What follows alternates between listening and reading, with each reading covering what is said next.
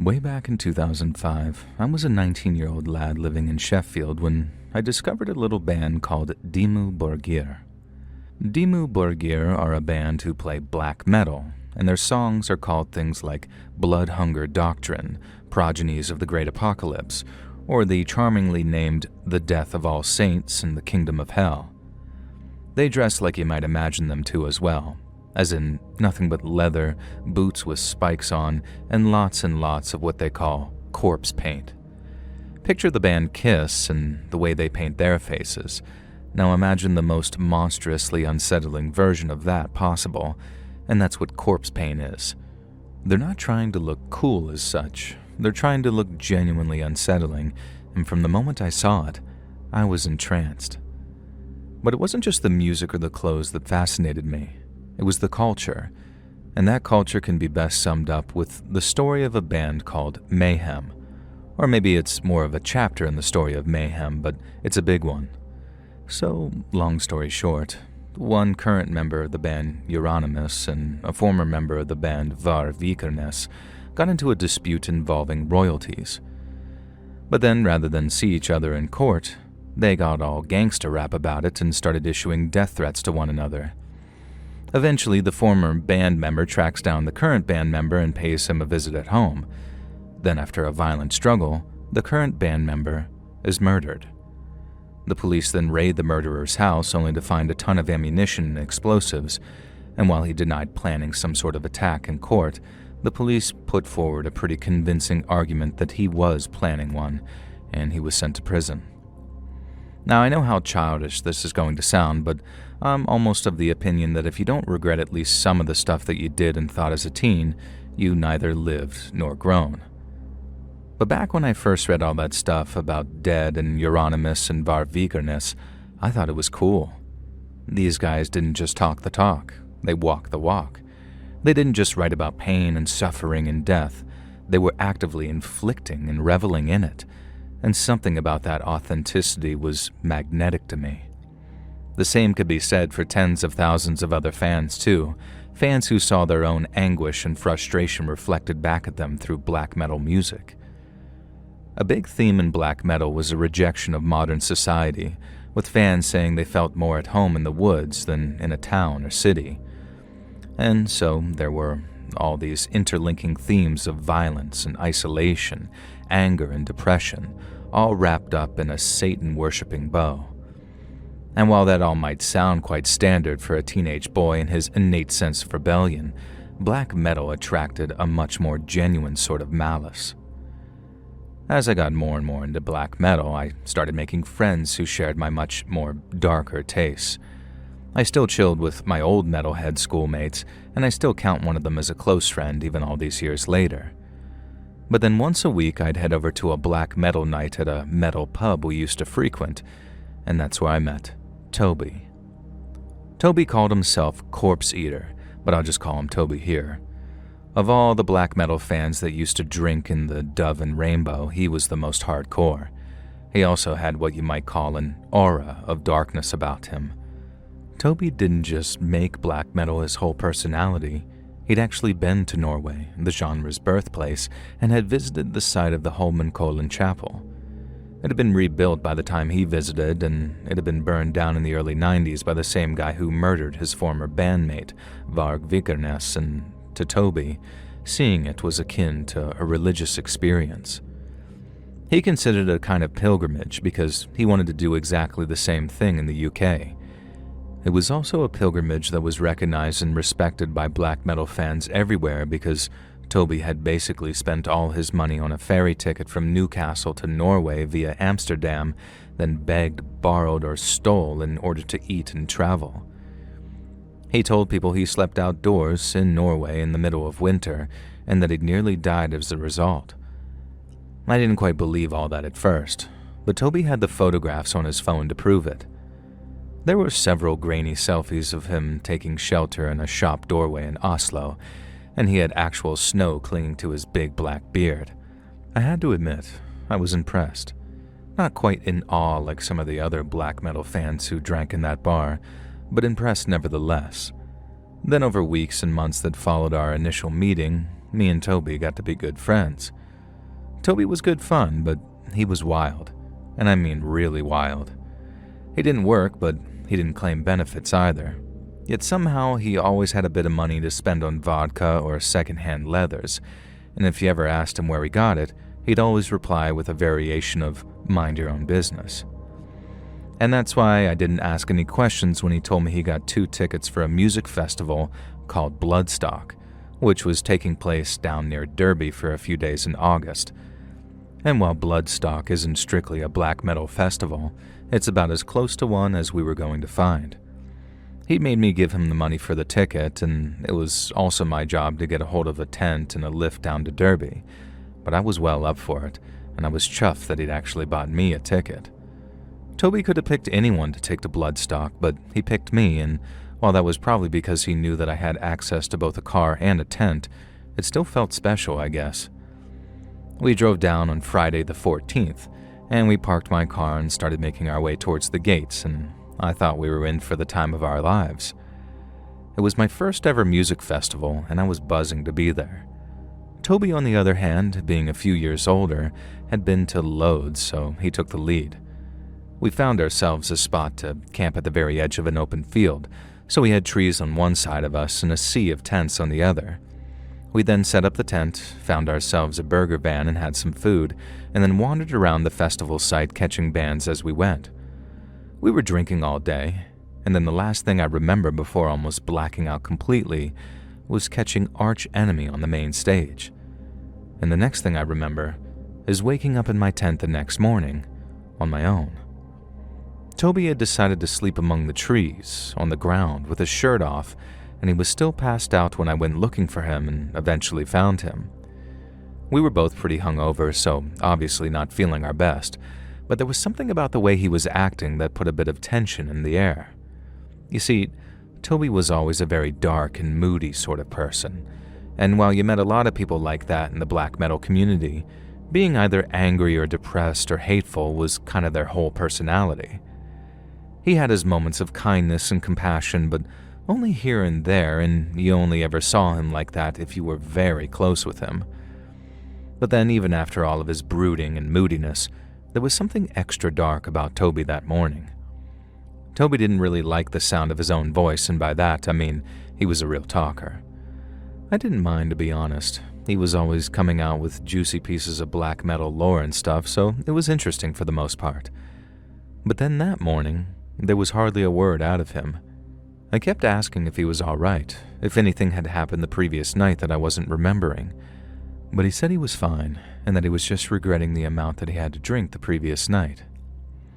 Apparently he'd wandered around until sunrise after I'd crashed in our tent and had enjoyed some very interesting conversations with someone he'd met on his travels.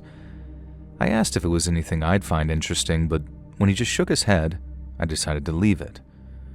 Toby seemed to perk up a little bit after we got some breakfast and had ourselves a little bit of a baby wipe shower. And then after covering ourselves in corpse paint, we started to get very excited as we made our way to the stage where Cradle of Filth was playing. It was the most animated I'd seen him for quite some time, and at first, he was in a good mood, and people around us were enjoying his antics, some of which included Growl screaming the words Av Satanus and pouring packets of fake blood all over himself when he was already covered in corpse paint. But then once Cradle of Filth took the stage and started their set, Toby went absolutely haywire. At first, all he did was headbang and scream along with the songs, but then about halfway through the set, he started getting physical with me. He'd grab me by the shoulders, scream in my face, and sometimes he'd bang our foreheads together so hard it actually hurt. But as weird as it sounds, I didn't really mind. We'd actually do stuff like that quite often back in my flat after the pub, so I just screamed back at him and joined him in the headbanging.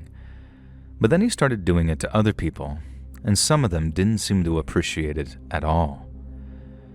A few guys seemed to enjoy it at first, when Toby grabbed them and started screaming, but when he headbutted them hard enough for it to hurt, they'd either shove him off or try and go for him, at which point his mates would hold him back to stop everyone getting carted out by security.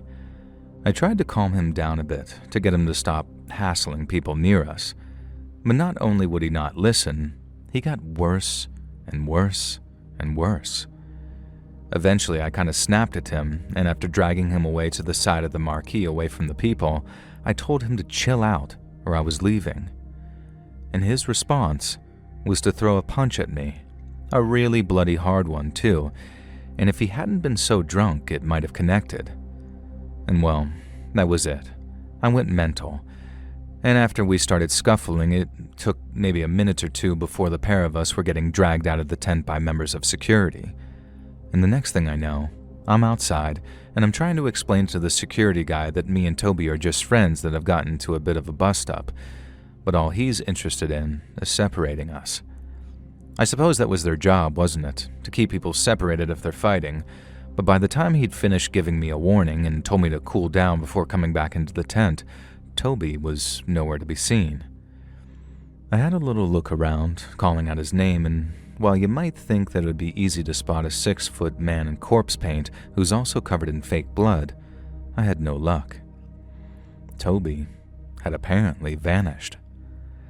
I spent the next few hours looking for him, then giving his phone a call every so often to see if he'd pick up, but he didn't.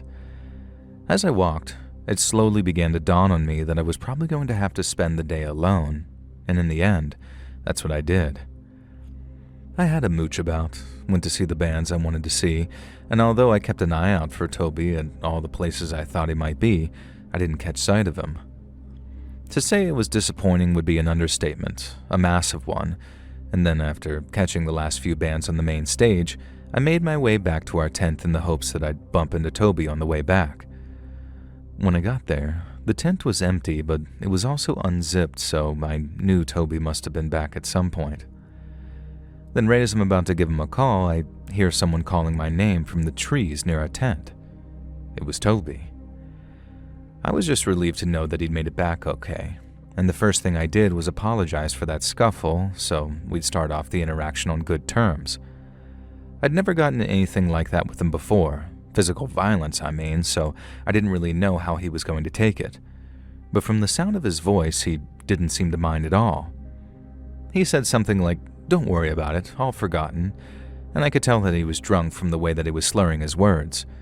But then he said, "Listen, I found something, and you need to see it." I asked him what, and in a voice that sounded unusually giddy, Toby said it was a surprise. And when I say unusually giddy, I mean I'd never heard Toby sound like that before, ever.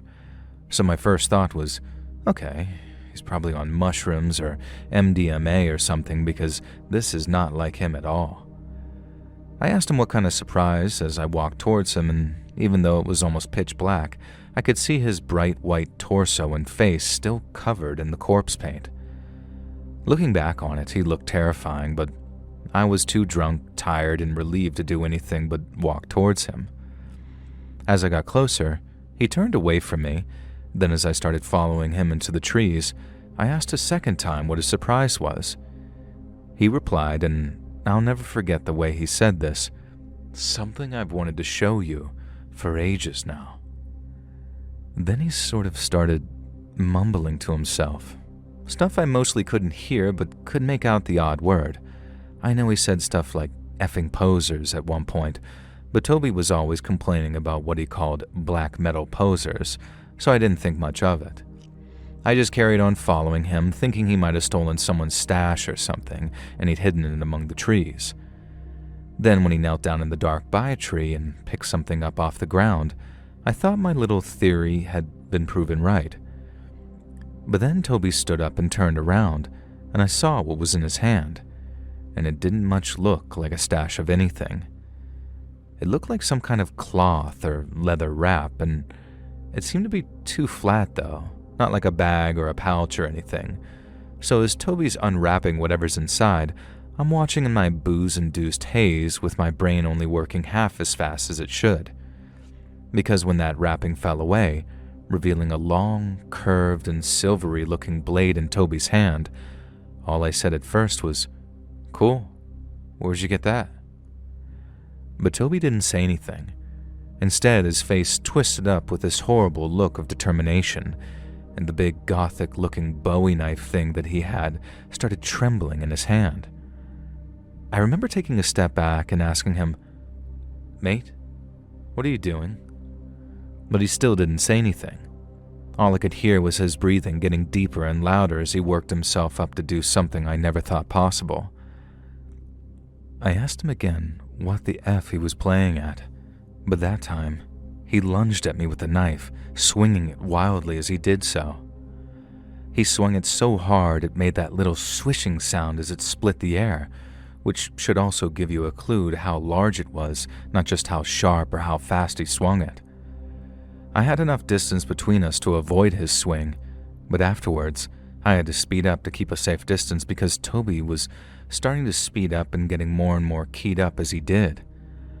I went from asking what the hell had gotten into him to screaming for him to keep his distance and stop swinging the blade. We'd now gone past our tent, and I was walking backwards past other people while trying not to trip over their guide ropes. I was still shouting at him to stop, and since there were literally hundreds of people around, gathered in little circles outside their groupings of tents, it took just a few seconds before people clocked what was going on. I was literally begging them to help me when this big fella stepped in. I remember he had a mohawk, a long one tied back in a ponytail with the sides of his head shaved. He stepped towards Toby saying something like, "That's a big knife you got there, mate. Why don't you give it here before someone gets hurt?" He then took one fast final step towards Toby and tried to grab him by the knife arm, but Toby turned and slashed at him. This big fella immediately backed away, holding his arm and looking shocked while shouting, "You're gonna cut me!" Something like that. Toby turned back to me, and when I took a step backwards, I felt my leg got caught on something before I fell backwards onto my arse. I thought, I'm dead. And I'll never forget how incredibly scared I was looking up at him. But after taking a couple of more steps towards me, Toby was suddenly mobbed by a crowd of people. It was the most stupidly brave thing I'd ever seen in my life. One of the mob was a girl, maybe only 5 foot something, and I think that she might have been the girlfriend of the big fella who got cut. She was right there in the front line of the little circle that closed around Toby, screaming stuff like, "Come on then." I remember watching in awe for a second before someone dragged me up and asked if I was okay. It might sound a bit weird, but at the time, I was terrified for Toby. It was like the fear of him suddenly became fear for him, and I can't overstate how much it twisted up in my head to think that people protecting me were also threatening my best mate's life, just as he was threatening theirs. There was also this feeling of absolute helplessness to cap off what's probably the worst experience of my whole life, because there wasn't a single thing that I could do except just stand there and watch it all unfold. The group of strangers kept the circle around him, but while the people Toby was facing backed off a bit to stay out of slashing range, the people behind him started rushing in and trying to kick him or shove him. They were hit-and-run attacks, so Toby would spin around slashing, but they'd immediately back off. Then the people he was facing only a second before started doing the same thing, rushing in with flying kicks before backing off again. It didn't go on for long before a kick knocked him off balance and then a shove sent him to the ground. Then when that happened, people just dived on him, and it was complete and utter chaos for a few minutes until a mix of festival security and police ran up shining torches and screaming at people to get back. It was madness, complete and utter madness, and I had this horrible feeling of dread that when they cleared away all those people, there might be 1 or 2 who didn't get up again, Toby included. Once the police arrived, it didn't take long before people either ran or backed off from kicking the crap out of Toby. I remember seeing a policeman putting handcuffs on him as he lay on his front with his face all covered in blood. He'd gotten the kicking of a lifetime, and he didn't so much as squirm when the policeman locked his wrists together. I don't think he even knew what was going on, and I remember thinking that he must have been knocked out and was only just coming to. Someone gave one of the policemen the knife that he'd been trying to stab me with, and then someone else directed one of them over to me like, "He's the one he was trying to stab." That policeman ended up asking me questions. Then the next thing I remember, a load of medical people were treating Toby, along with, I think, 3 or 4 people he'd managed to cut or who'd been hurt in the chaos. I remember telling the policeman that we'd had a bit of a scrap earlier that day. Then I hadn't talked to him all day till I returned to my tent at the end of the last show. He asked if Toby was on drugs, and at first I sort of instinctually said no. But then, realizing how stupid I was being, I changed my story and told him that, yeah, Toby was probably on all sorts of things. But that still didn't explain why he'd tried to kill me. He was a weird guy, one that many people might call a psycho, but I hadn't known him to have any violent tendencies. Not till that night at Bloodstock back in 2009. And looking back on it all these years later, saying that I didn't know that he had violent tendencies seems kinda naive. Toby glorified violence, and he did it constantly. Deep down, I think I always knew that he had it in him to really hurt someone.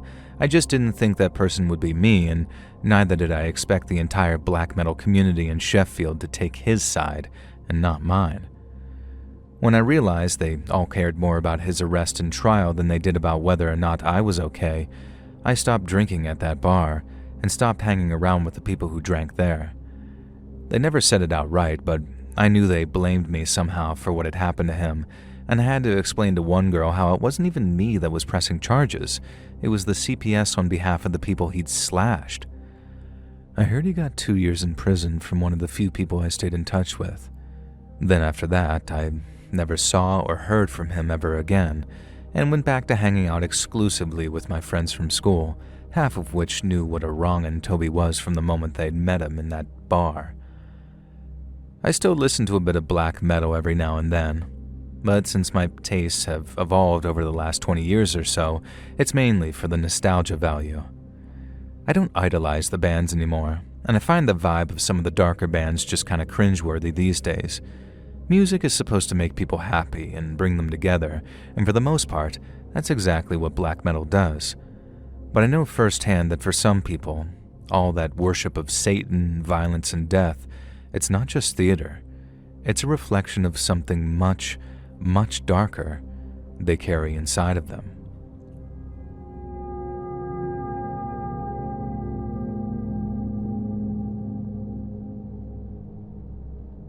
My name's Sarah, and going to a music festival a few years back was somehow one of the best and worst decisions I have ever made in my life. It wasn't a huge festival, and the guys who organized it were total idiots, so I don't want to give them any free promotion by saying which one it was. But it took place in the middle of nowhere, in a whole bunch of fields, and it was mostly EDM all night until dawn. We bought our tickets online, bought camping equipment, and the whole deal. And we were super stoked to attend, and while that first night was amazing, the second night, not so much. A friend and I had been dancing in a big tent together to a DJ we both liked, then after a set was over, we decided to take a break and get some water. Once we were outside, she realized that she needed to go do something related to feminine hygiene. I offered to join her, if only for the company, and she said no, it was fine, that she'd just go to our tent and come straight back again. I was like, okay, cool, and then watched her walk off before heading back inside with my water. Now, I'm a girl in my 20s. I work out and I've been told I'm pretty, so I'm used to a certain amount of male attention, and I'm not obnoxious about it. I usually just lie and tell the guy I have a boyfriend, even in situations where I might kind of be into a guy, because I don't want to have to play the dating game when I'm just trying to have fun with friends, you know? I'd already had one or two guys shoot their shot with me, and they'd taken it like gentlemen when I kind of told them to buzz off. But then this one guy started trying to dance with me. Some dumb, sloppy drunk in a dirty white tee who smelled like stale beer and cigarettes, and he would not take no for an answer. It got to the point where I just wasn't having fun anymore, so I waited for an opportune moment to slip away from the guy and then walked all the way outside the tent to wait for my friend outside. I thought that I'd given the guy the slip at first, like I really did wait till his back was turned away and darted off into the crowd and toward the exit. But somehow he managed to tail me outside and then started asking where I was going and why I was ditching him.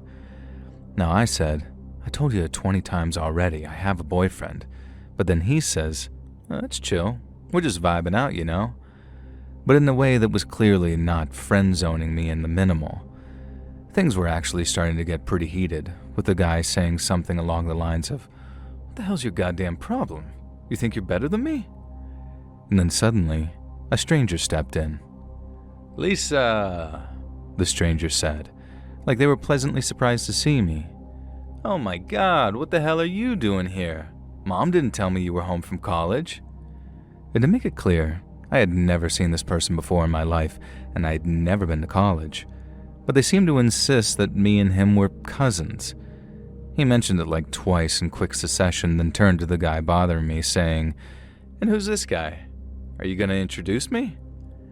I told him I didn't know the guy, and then my new cousin turned to him and said, "Hey man, I get you two were hanging out, but do you mind if we have ourselves a little cousin catch-up time? It's been a while since me and Lisa have seen each other." Now my name is not Lisa, but I just went with it, and the guy bothering me seemed to swallow that hook, line, and sinker. The stranger even topped it off with a bit of a playful but firm, "You're not about to start hitting on my cousin right in front of me, are you, bruh?" Incredibly, the guy that had been bothering me, who'd been aggravated to the point I thought that he might start a fight, just laughed. It was like the kind stranger had rolled a charisma check in D&D and then hit a perfect natural 20 right there in front of me. The guy bothering me then says, "Me? Nah man, it's all good. I'm just out here vibing." Then after reaching in to give us both fist pumps, he wandered back into the big tent to rejoin the party. I remember turning to the kind stranger, half stunned and half impressed, before thanking him for stepping in so masterfully. He said it was no problem, and that the cousin trick had worked a bunch of times before. He then introduced himself as Aaron, and I jokingly introduced myself as Lisa before telling him my real name. I explained the situation, and not just that the guy had been bugging me, but that I had been waiting for my friend to come back out from our tent. It then occurred to me that she'd been an unusually long time, like way longer than either of us expected, and then it might be an idea to go check on her now. And I said that to Aaron, saying it was nice meeting him and I was grateful for him stepping in, but that I had to go find my friend because I was worried about her. He then suggested he accompany me to keep annoying guys at bay, kind of like a free bodyguard, and I just say, "Alright, sure, why not?" We started walking and talking, swapping festival stories and talking about which DJs we enjoyed so far, and Aaron seemed like a great guy. He'd gotten a ride with a few friends of his who were apparently off seeing a DJ he wasn't a huge fan of, so he decided to kind of wander around soaking up the vibes and discovering some new music. That's when he saw me. I told him, before he got the wrong idea, that I had a boyfriend. This was a lie, but like I said, it's pretty liberating not feeling that dating pressure or having to assume a guy has ulterior motives when it seems like he's just being nice. Aaron then says, "I figured you might be taken, but that's not what I'm about," and explained he too was in a relationship, but that it was complicated. I asked if all his vocabulary was taken from Facebook relationship statuses, and he just sort of laughed and asked if that's how I was thanking him for saving my ass, with insults. And we went back and forth like that for a while, and I'll admit, I started really enjoying Aaron's company. But as he passed the area his tent was at, he asked me to wait a minute while he went and got something from his bag. I said sure, and then a minute later, he came back with 2 bottles of water. Now, it was a super warm evening, but the humidity was out of this world. So while there was a lot of alcohol being drunk, there was a butt ton of water being drank too, mainly by people who were on things other than booze. Aaron then comes back with 2 unopened bottles of water and offers me one. I had my own water bottle, but it was only a quarter full and warm, and I probably could have used a fresh one. But accepting a fresh bottle of water from Aaron would have also broken the #1 rule of festivals or raves for me. Do not, under any circumstances, accept drinks from people you do not trust with your life.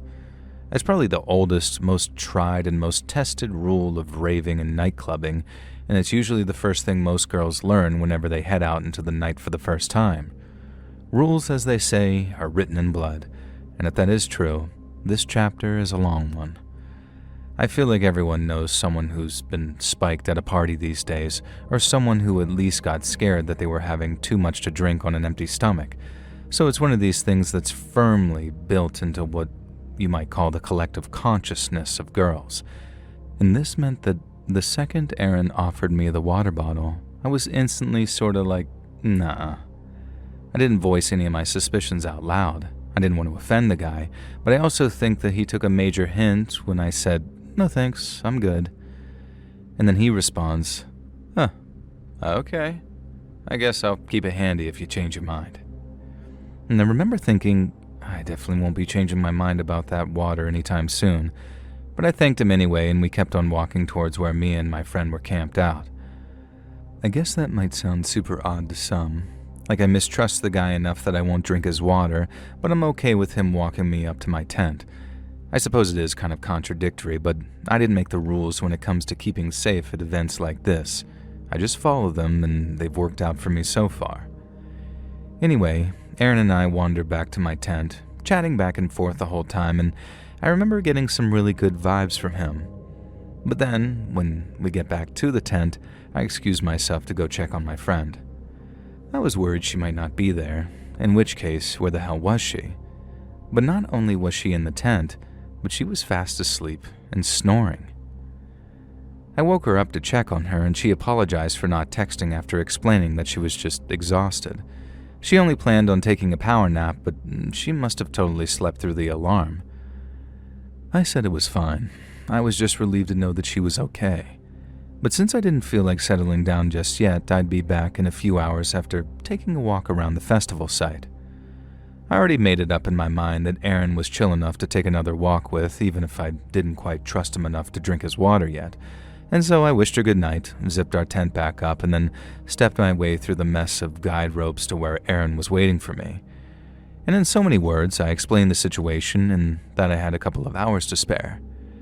And then Aaron said that we should just keep going on what we've been doing, walking and talking, and since I thought that was a good idea, I accepted. I didn't feel much like dancing, and it was so late that all the food places had closed up for the night. And so we ended up just wandering around, soaking up the vibes on what was an unusually warm summer night. And so after maybe an hour walking around, I asked for the second bottle of water that he was carrying. And I remember him kind of laughing like, I thought you'd never ask. But after I reminded him how careful girls and boys have to be about spiking, he agreed my caution was fair. And I drank some of Aaron's water. We walked and talked some more, and before long, I noticed that we'd walked all the way to the very edge of the festival site, where it was super dark and very quiet. We traced the edge of the area, and Aaron started to get a little flirty, but I figured that he'd earned a chance to shoot his shot once he'd been walking around with me for so long.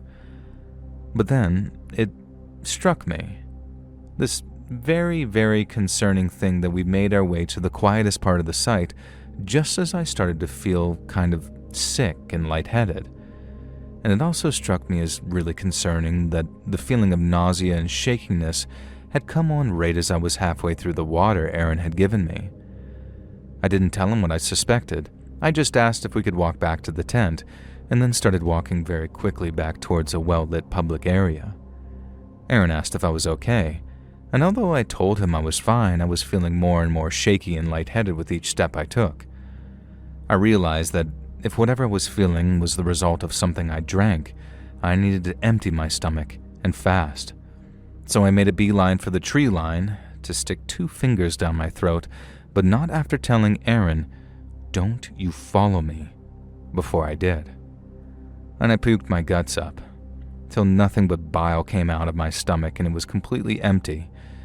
And then as I wiped my face clean and wandered back towards Aaron, I felt my head clear. I realized it was probably just the crappy alcohol and lack of decent food making my stomach rebel on me, because almost as soon as I'd puked, I started to feel a bit better again. But as I started to feel better, I started to feel this mix of dumb, mean, and paranoid. I didn't know how to explain it. Aaron hadn't spiked that water. He'd given it to me out of the kindness of his heart, and all the while I'd been half considering him a predator like that wasn't somehow insulting to him. Aaron asked if I was okay, and what was going on that made my mood change on a dime, so I told him straight up. I was so terrified of being spiked that the second I felt unwell, I just assumed it was his fault, and he was some predator who played the long game and tricked me into drugging myself. And I apologized, like it was legitimately heartfelt, and said that I totally considered if he wanted to escape the psycho B-word that he'd met while he still had the chance. But Aaron did the typical Aaron thing and not only accepted my apology, but said that he'd be too scared if all he heard were men are bad horror stories from all those Netflix crime documentaries, which I'd mentioned being into, and I guess had fueled my paranoia a little. He was super understanding about it, but said I owed him a new first date because I'd ruined the first one by accusing him of roofieing me. I agreed to what was a very fair point, and then, right as I felt that first romantic spark between us, I saw someone walking over to us. It was the annoying, sweaty drunk guy from before, and not only had he heard Aaron using my real name, he'd heard him talking about our little date. Aaron couldn't see him, but I guess he had read my face when I realized who was walking over, and then by the time he turned, he only managed to get out a word before the drunk guy threw a punch. He might have been sloppy drunk, but the punch that he aimed at Aaron's face was both powerful and accurate. And that might make it sound impressive, but the sound that it made was disgusting, like a slap so loud that it sounded almost like wet. Aaron hit the dirt immediately. He was knocked out cold, and then the guy started talking. "Don't seem like no cousin to me, asshole," he said, all sloppy and all drunk. "You think I'm stupid or something, huh? Is that it? You think you're better than me?" And I remember yelling, "He can't hear you," at him, but the guy told me to shut up, and then, to my absolute horror, he put his sneaker right on Aaron's head, and then started leaning his weight onto that foot like he was trying to crush his skull. I ran over screaming for him to stop it, pushing the drunk guy off of Aaron before screaming at him to leave us alone. The guy took one look at me and then punched me so hard in the nose that it was immediately dripping with blood by the time I found my feet again. My whole face was on fire from the pain of having my nose punched like that. It didn't break, but holy hell did it hurt like a bitch, and checking it for blood distracted me long enough that I didn't see the drunk guy drop to his knees and start ground pounding on Aaron. That's what it's called, right? When one guy knocks the other down, then just starts punching him while he's done over and over to finish the fight? Well, Aaron was finished the second he got hit. All the guy was doing now was essentially killing him. And I ran over, shoving the drunk guy over, which was easier this time since he was on his knees already. And I've never fought a guy like that before in my life, and I definitely paid for it with a busted nose. But my God, did it feel good to get a few solid smacks in while he was down. I'm glad I did too, because the next second, he was up and had a hand around my throat. But it couldn't have been there for more than a second before someone noticed us and started yelling. And the next thing I know, the drunk guy is throwing me to the ground, and by the time I got up again, I saw maybe 5 or 6 guys running over and pushing him off, saying, "You hitting a girl, bruh? What is wrong with you, dude?" All that kind of stuff. The drunk guy threw a punch at one of them, then he took one back that knocked him on his ass. But the group showed restraint. They didn't mob him. Instead, one of them got the drunk guy in some kind of judo hold, like grabbing the guy's arm and pulling it, and then he was in way too much pain to do anything but lie there till security essentially showed up. And while security took care of the drunk guy, I asked the guys who came to help me to go get medical help, and they did. A few minutes later, a bunch of first aiders showed up as Aaron was starting to wake up, but by that point, his face was a total mess. The drunk guy had connected with a solid few punches, and his nose, eyebrow, and bottom lip were all bleeding pretty heavily. The medical folks got him on his feet, and then I accompanied him to the little medical tent where he got some basic treatment while being checked out for more serious injuries. It was almost 3:30 in the morning by that point, so Aaron had to call his brother over and over until he woke up. He really did not want to drive all the way out to that festival to give him a ride home, but the moment he heard how badly Aaron was hurt, he jumped out of bed and promised to be there within an hour. Aaron and I waited together on that dirt road that led to the site. Then not long after, his brother showed up, mad as hell about what had happened. We swapped cell numbers before they drove off. And the next day I spent almost the whole ride back texting with Aaron back and forth and arranging that date that I'd promised to let him take me on. And we've been dating ever since. In fact, Aaron is the longest relationship I've ever been in, and we're still going strong almost 3 years later. He sometimes makes fun of the way we first met. Like sometimes he'll bring me coffee and say something like, "Careful now, you don't know what I might have laced that with." But I take it on the chin because nothing worth having comes easy, and trust when I say, it's hard to come by.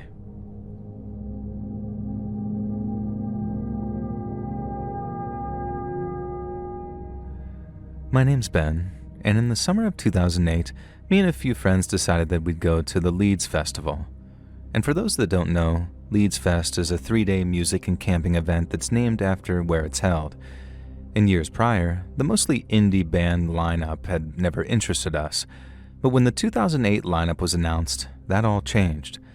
Leeds 2007 featured the likes of Arcade Fire and Kings of Leon, with Fall Out Boy delivering a twist of pop-punk. But then in 2008, some of the first acts announced were Slipknot, Metallica, and most importantly, Rage Against the Machine.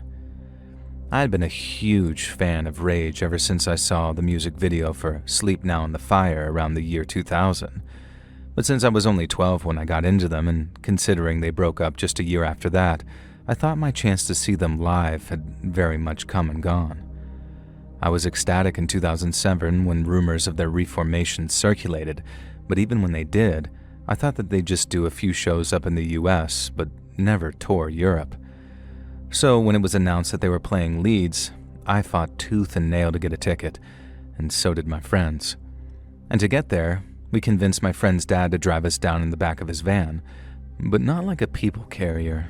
I'm talking like a big white van with nothing but storage space in the back. And this was very illegal, but very cool, like we were being smuggled into an actual music festival. The vibes were great from there on out, and that first day, we caught Dropkick Murphys, Feeder, Tenacious D, and Metallica. But sadly not Slipknot, as Joey Jordison, rest in peace to the drum god, had to pull out with some health issues. We all headed back to the tents, had a few drinks, and then woke up on that Saturday raring to go. We all liked Metallica, but we had Queens of the Stone Age and Rage to look forward to, so we spent the whole day floating from show to show in anticipation of the big two come the end of the day. The thing is, we weren't the only ones. With them being such a massive band, Queens of the Stone Age pulled a huge audience, and as their set came to a close, the legions of people who'd bought a ticket purely for Rage Against the Machine started filtering through the crowd and closer to the stage. My friends and I did the same. Not pushing, but just weaving through the groups of people until we were as close as possible to the band we'd all come to see. The only problem was, that's exactly what everyone else did too. As more and more people pushed their way towards the front, people nearer the back started bunching up too, and before long, my friends and I were all squished together and there was barely room to move. We weren't uncomfortable just yet. Having your personal space violated is all part of the festival experience. But after the band took the stage, then opened with Bulls on Parade, everything changed. As you can imagine, everyone went mental when Rage played their first song, and there was enough moving and jumping around that it opened up a bit of space. But when they finished and went into their second, the crush started. One of my friends, who wasn't that much of a Rage fan, recognized what was coming immediately and said something along the lines of, "I'm getting out of here." But the rest of us stayed thinking it couldn't get any worse. But it did. I remember hearing a girl scream, but not out of enthusiasm. Her friend had passed out and she wasn't strong enough to hold her up. I saw someone trying to help the two girls, but almost everyone else was too distracted by the music and the band on stage to pay attention to anything else. They were right in the middle of the mosh pit too, so people were smashing into them, and after they fell down, they were in real danger of getting trampled by the people who surged forward whenever there was space. I tried to push through the crowd to give the lad helping them a hand, but I realized I couldn't. The crush where I was at was so bad it was getting hard to breathe. If memory serves, Rage were about to launch into their second song, but then they suddenly stopped playing to call attention to what was occurring. People at the front, the ones being crushed up against the metal barriers, were passing out because they couldn't breathe. Security was having to shove people back before dragging the unconscious ones over the barriers, and when Rage's lead singer saw this, He stopped the show and ordered the stage lights to be turned up so people could see what was going on. I had totally lost my friends by then. The crush took us all different ways as people were pushed together and apart and away from one another. The sense of helplessness was horrible, and although I never really got the sense that I might die, I knew that there was a chance others hadn't got so lucky. But as a friend of mine pointed out, there was a kind of naive ignorance in me thinking that, which probably amounts to some kind of mental shield. If the band hadn't stopped the gig when they did, then I really could have been one of those getting crushed or trampled on, and the longer it went on, the worse it would have gotten. Just look at what happened with that Astroworld festival in America.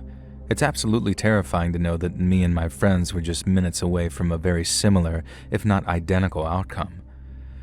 The second there was enough space, I started pushing my way through the crowd quite forcefully, and I won't lie, I was properly panicking by then, and I didn't care if I'd waited almost a decade to see Rage Against the Machine. It wasn't worth losing my life over. The crowd was still so dense in parts that I had to literally shove my way through, and some people didn't take too kindly to that, but I remember one guy tried patting me on the back as I brushed up against him, so he must have read it on my face that I'd been in the crush and was just in survival mode.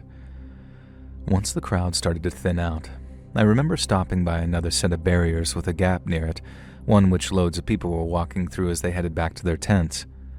I could still see Rage playing, but I mainly stopped there to keep an eye out for my friends. I didn't know if any of them had been the ones dragged over the barriers or if they had been trampled in that mosh pit gone wrong, so as they filed past, one by one over the course of Rage's set, it was a huge relief, and there were many man hugs to go around. We were all quite shaken, and while no one was seriously hurt, our one friend Danny came out the worst of it because he'd fallen into the pit and had his face literally jumped on at one point. There was this massive half-scrape, half-burn type injury on his cheekbone where it really did look like a rubber sole had smashed into his face before slipping. I'd never seen a wound like that, honestly. We asked if he wanted to go to the medical tent or whatever, and he was a bit worried about a concussion and all that, so we went and got him checked out before heading back to our tents. There, we drank away our sorrows that the show of a lifetime had been so scary and anticlimactic. I'd looked forward to it for months, and then 3 minutes in, I'd rather have been anywhere else on the planet, and it sucked. We spent the next day just kind of chilling, catching a band here and there, but mostly just moping around and being gutted that Rage had gone so badly. But it wasn't just that. And looking back on it, it's weird that we kind of pushed all these thoughts to the back of our minds, probably so we wouldn't have to address it and we could at least try to enjoy the rest of the festival. But then after we got back and found out people had heard about the crush, there was no hiding from it. A few people had to go to the hospital because of how badly they'd been crushed, and the fact that we hadn't been in the worst parts of the crush was a matter of pure luck. If we'd been a little closer to that stage and Rage hadn't had the presence of mind to stop the gig when they did, the situation could have been much, much worse.